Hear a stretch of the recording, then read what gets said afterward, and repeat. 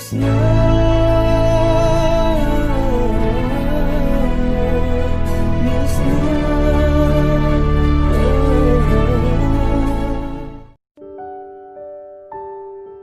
Hanagi phibamda khara kharadi hanjilakle Juni mahaibu mirairuba ngasidi magi magun amuk tapna tapna khangba haurakle.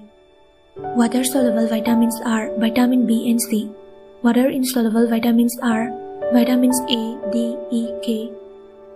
Santa mathakta kakhalakpada Juni na murum larik pabagi makholdu tabada nokfet taujay. Thong lolam dabaduda Pardado haifet haidokladuna Santa na kaurai.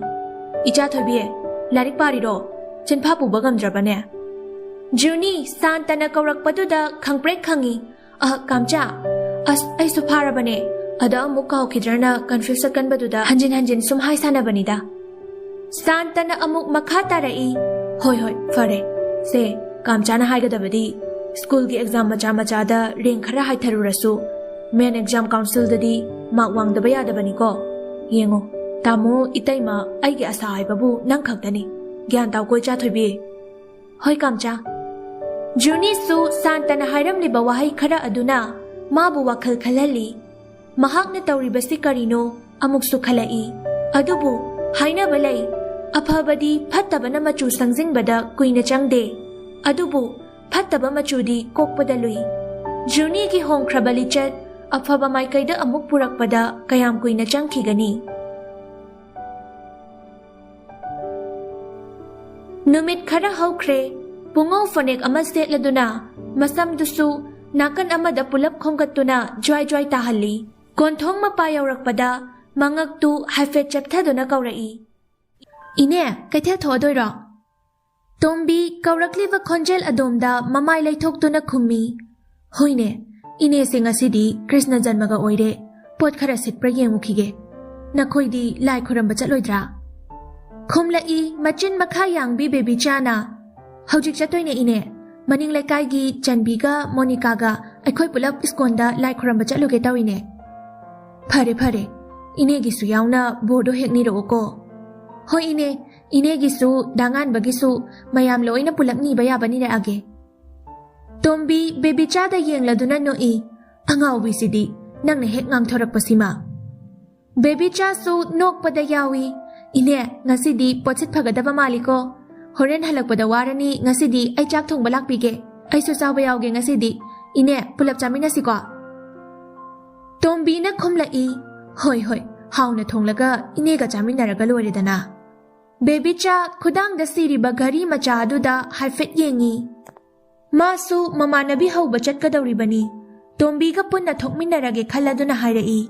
Ine, aisu imanabi haudoine ibani punna thokrase kadaino pochaido thangatpirage.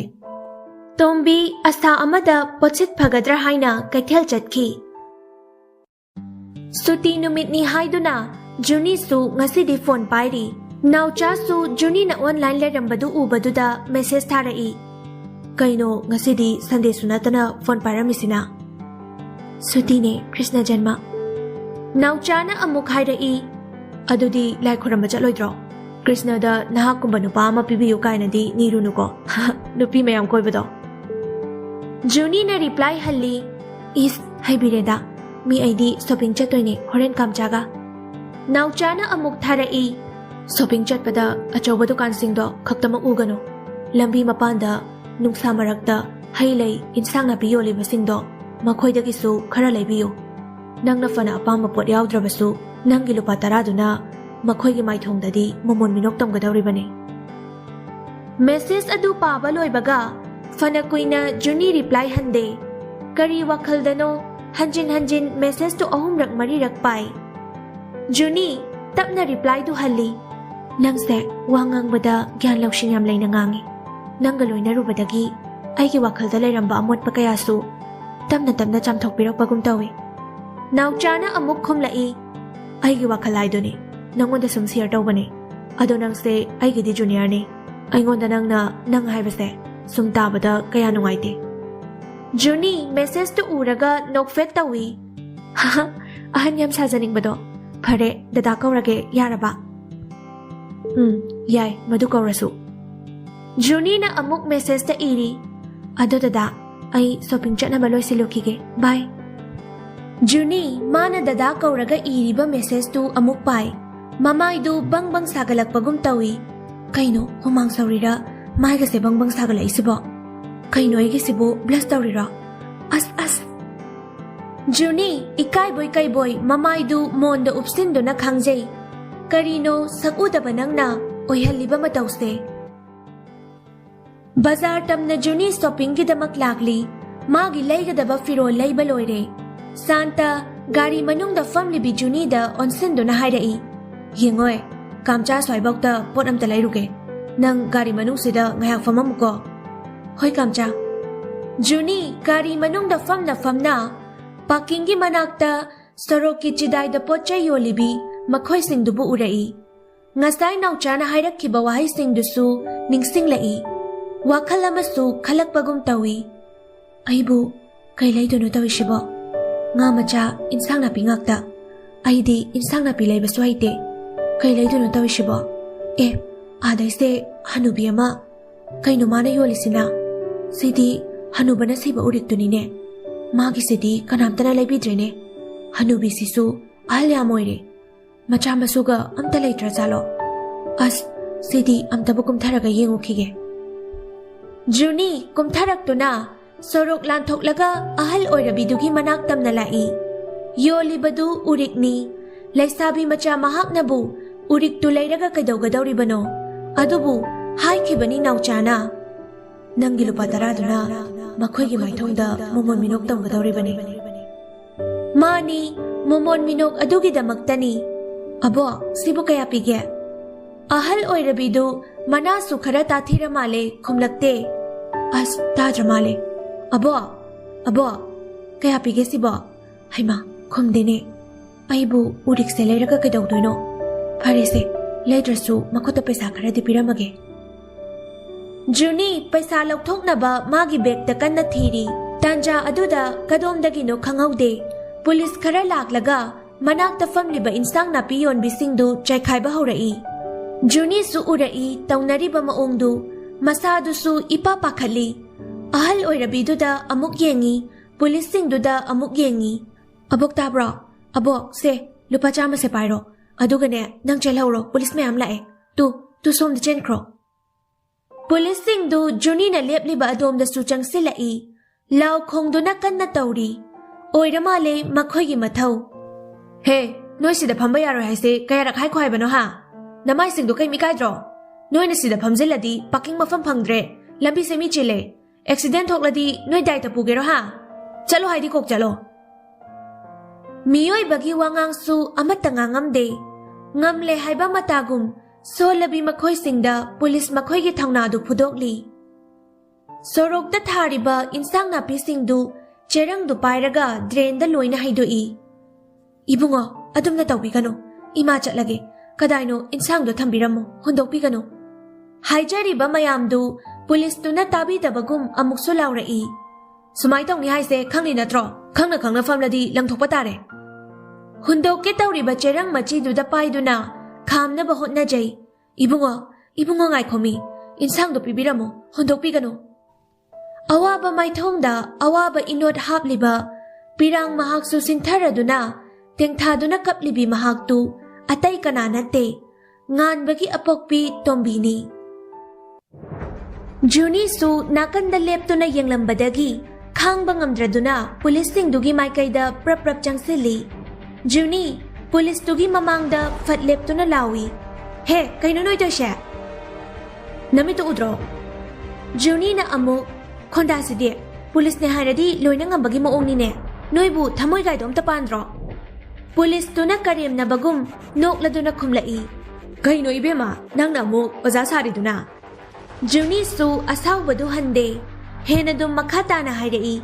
Khaki machugi uniform se nakoy na masaktiyale magunya hondre. Uniform asina nakoy gi thamoy bu sukupsing duna. Thamoy panda bagum tawrene. Minung shimachet ama phok yaudabra noy bo. Lambi matay da fambagi makoy na lalabasu. Karigin sang na pising sa hidoino. Nakoy gi mita kashulay na uriba. Patlaba kobi, patlaba kamen singse. Makoy gi mafamdadi. Sanane. Manglan kya manghalibane. Asa kaya gi yumbine. Pulis nupadu hena dum maya higalai. Nakan na layriba atay pulising da onsin do na laurai. Lawe no isu, swaida oza amana parata ise yengula. Madu ubadagi Juni amuka hena sauba hen kre. Kan na laurai. Nakoy na idoli ba insang na pising sige paisa singam gadabane. Singam jadi amta chatpa yaroy. Pulis na amuk kumlai. Kaidoba singdoy ba? Yam pawi na nang diya. Taunariba maongdu mayam machi omsinduna kumhay oy na yengba hong narakle. Khara amadi phone puthokduna video nambasu yauri. Juni akoy bada tauriba mayamdu karisu na chungdana. Amuksu mana ngamnaba pulis tu da laukshilai. Phawgira phawrora nakhoisu nakhoina tawjaruba naraldugi pochai singsigi paisa singam gadabane. Ima chatpikinu ko. Paisa lauki gadabane makhoidagi. Tombidi tauriba maong aduda masadu pakhatpana suloire. Miyam dusu pulis ka oibanina khamdokpa kiduna karishu tawnade. Hena dum kumhay gumna yengnari. Ibema ima karisu khandre. Ibungo pulis hoiga manaruranu. Ima na lanbagini to o ibema. Pulis tu handakti phatha bangam laktramale. Chaka sungangi. Noi kanano nupi pulis ama koro. Si gari dang tahakalo. Station yauraga mama mapa kauraga gyan poptani. Juni wahay singdu taraga noglai. Haha, aibu phadoiba. Achumbagida maglebluba aibu phadoiba. Phare pharu lao. Aibu pharo se. Awat apa sabi nupi pulis khara du changsilaktuna. Kaisu haidana Juni gi pambomda tap pairaga gari da hapkatuna pukhibadu mayam kumhay oina yengduna laihawi. Police station yaurabada saratsu yum halage haiduna thoklakpadani. Gypsy dagi nupi police singduna Juni ga punna kumtharakpadu laptangna urai. Sarat maikai adom da prap chensilai. Sarat ubada makhoi salam kotli badu urude. Sarat macha nupi gi maikai tamna chensilaktuna macha bu asok apan yaubra haiduna masadu tap pairaduna ko yengi. Hai kaino tawriside icha thobiye.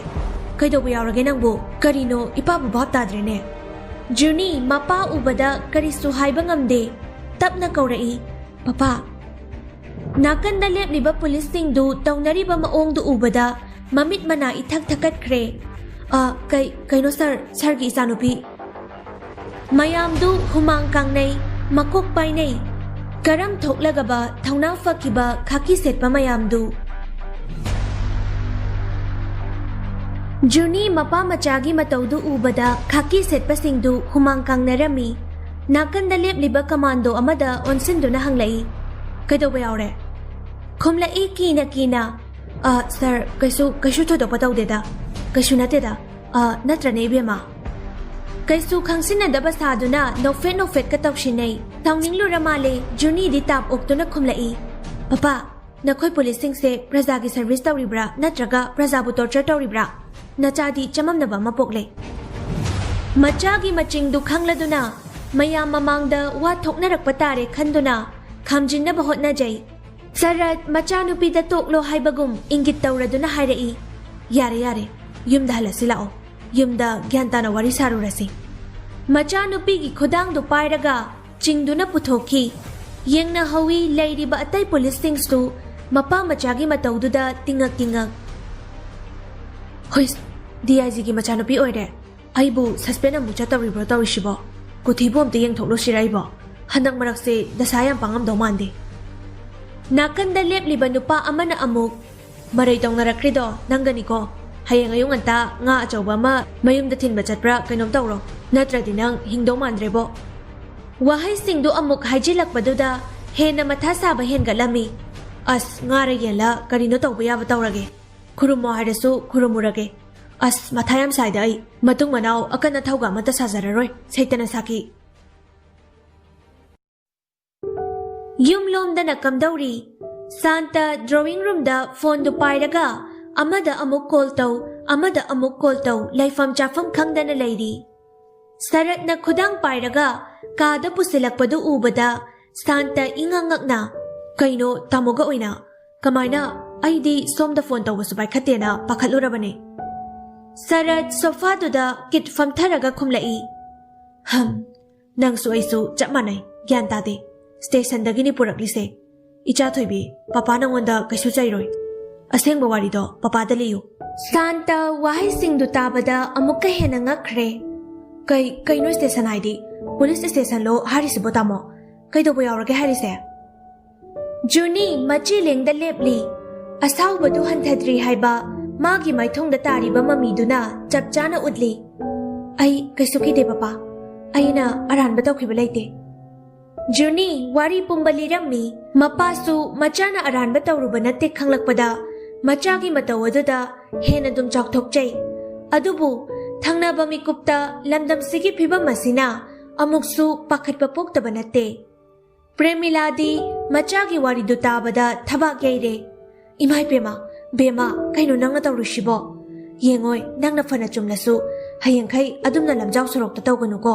Lamdamse kanano mathong khangnadraba lamdamni. Tawningbata tawrabani. Imadi pakhataba ngamde ko icha thoibi. Juni sauna amuk makha tarai. Mama, sumaina sum aikhoina kiduna tumin tasinduna lairadi makhoina hena chawba hingalakpa tabane. Santana amuk themjin birai. Icha thoibi, mama na hari sisu achumba yauri. Nangna semdokninge haiduna su laibak se mikup amada hekta semdokpa ngamgadaba natene. Saratna amuk marak thalai. Ngasi papa thengnaramjadi kamdawramni. Nakhoina hagi maching phatabido tawnuko. Madugi mangjaba kaya lakani. Juni khol kalap hairammi. Achumbagidamak ay kaimta kide. Mamai fat laiduna sauna magi kada kakhatki. Thauna fai achumbagidamak akiba laite haina. Mingthol pibigadabi mahaktu lamdam sigi fibamga yengnarurabadi WakhaL yaude hainarambasu yauramgani.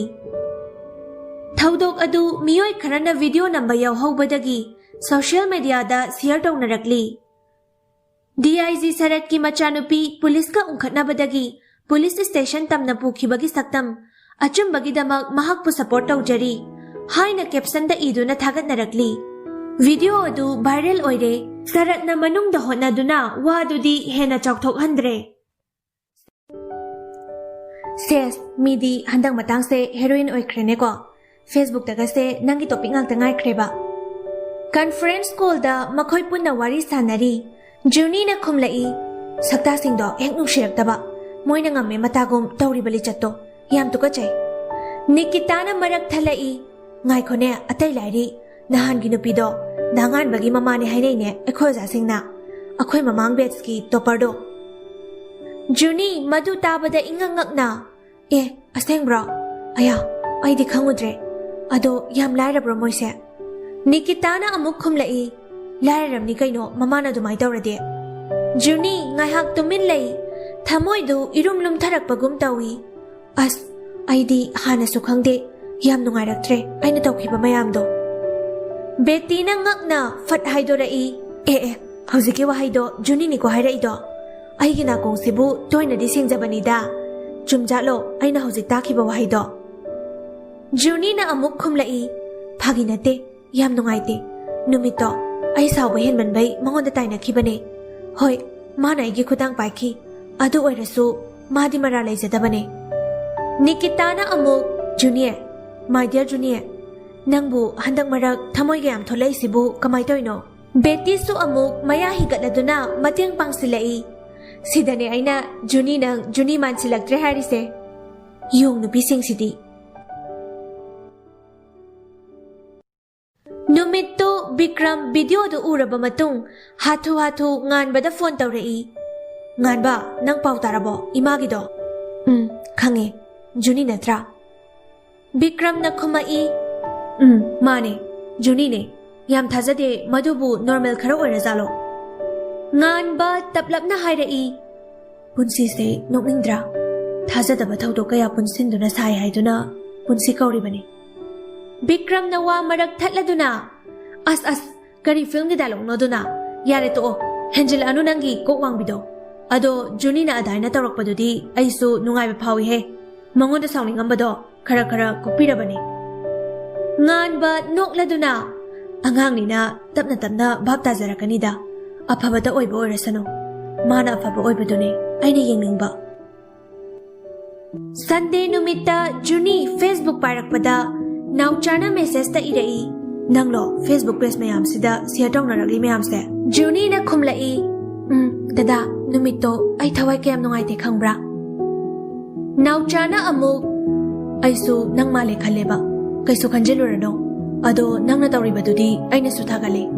ꯑꯔꯥꯟꯕꯁꯤꯡꯅ ꯀꯨꯞꯁꯤꯟꯈꯤꯗꯨꯅ ꯑꯆꯨꯝꯕꯁꯤꯡꯁꯦ ꯃꯃꯤ ꯁꯥꯃꯛꯂꯕꯅꯤ.